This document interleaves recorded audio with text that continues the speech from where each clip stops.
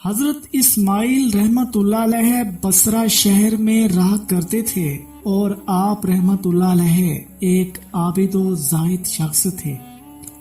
آپ رحمت اللہ علیہ کی مالی حالت انتہائی شکستہ تھی، مگر فطری کنات کے سبب آپ رحمت اللہ علیہ نے کبھی کسی کے سامنے دستے سوال دراز نہیں کرتے تھے۔ شیخ اسماعیل رحمت اللہ علیہ کی 3 بیٹیاں تھیں، جس رات چوتھی بیٹی حضرت رابعہ بصری رحمت اللہ علیہ پیدا ہوئیں۔ شیخ اسماعیل رحمت اللہ علیہ کی بے سر و سامانی کا یہ عالم تھا کہ چراغ جلانے کے لیے گھر میں تیل تک نہیں تھا۔ حضرت رابعہ بصری رحمت اللہ علیہ کی والدہ نے شوہر سے کہا کہ وہ کسی پڑوسی سے کچھ پیسے قرض لے لیں۔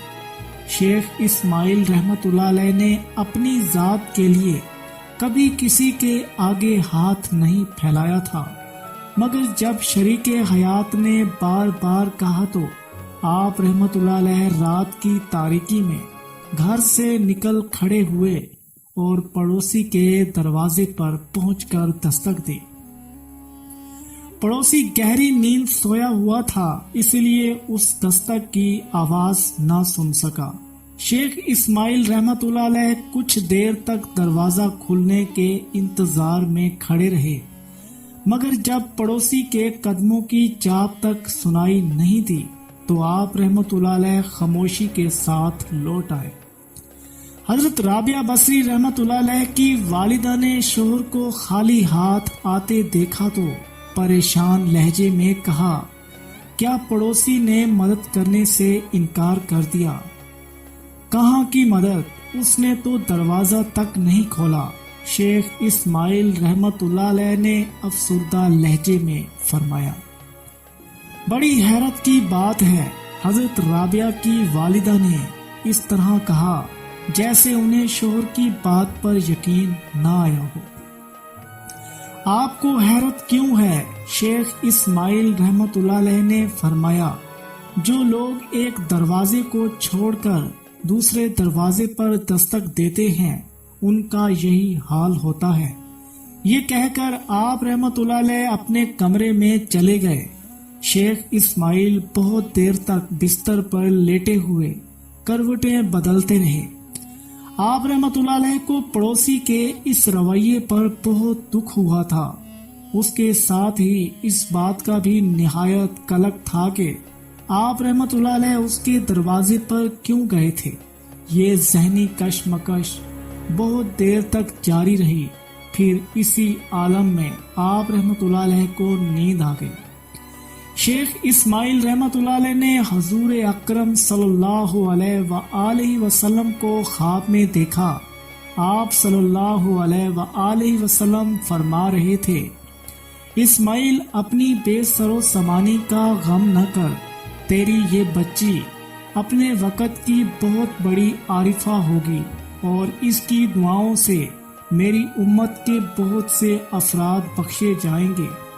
تجھے لازم ہے کہ حاکم بصرہ عیسیٰ زروان کے پاس جا اور اس سے کہہ دے کہ وہ مجھ پر ہر رات 100 بار اور شب جمعہ میں 400 مرتبہ درود بھیجتا تھا، مگر گزشتہ جمعے کی رات اس نے میری بارگاہ میں درود کا تحفہ نہیں بھیجا، اس لیے اسے چاہیے کہ وہ کفارے کے طور پر میرے قاصد کو 400 دینار ادا کر دے۔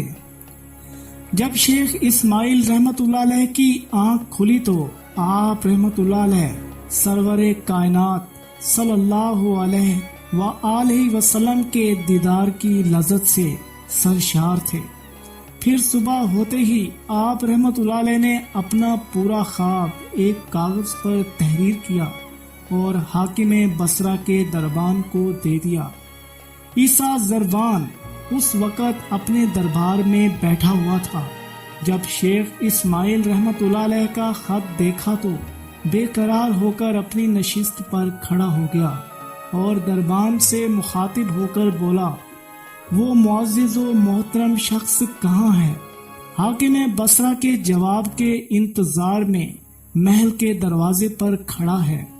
دربان نے عرض کیا، عیسیٰ زربان تیز قدموں کے ساتھ محل کے دروازے پر پہنچا اور شیخ اسماعیل رحمت اللہ علیہ کے ہاتھوں کو بوسہ دے کر کہنے لگا، آپ رحمت اللہ علیہ کی طفیل مجھے سرکار دو عالم صلی اللہ علیہ وآلہ وسلم نے یاد فرمایا اور میری غلطی کی معافی کا سبب پیدا ہوا، اللہ آپ کو جزائے خیر دے۔ یہ کہہ کر حاکم بصرہ نے خلوص و عقیدت کے ساتھ شیخ اسماعیل رحمت اللہ علیہ کو 400 دینار دے دیے اور اسی خوشی میں اس نے 10,000 دینار دوسرے فقراء میں تقسیم کیے۔ پیارے دوستو، یہ تھی چھوٹی سی ویڈیو حضرت رابعہ بصری رحمت اللہ علیہ کی عظیم الشان داستان کا دوسرا حصہ۔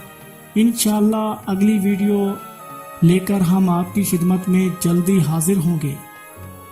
اگر آپ کو یہ ویڈیو اچھی لگے تو ویڈیو کو لائک کریں، کمنٹ سیکشن میں اپنی رائے بھی ضرور دیں اور اپنے دوستوں کے ساتھ شیئر بھی ضرور کریں، اور ہو سکے تو ہمارے چینل کو سبسکرائب کر لیجئے تاکہ ہماری نئی ویڈیوز آپ تک آسانی سے پہنچتی رہیں۔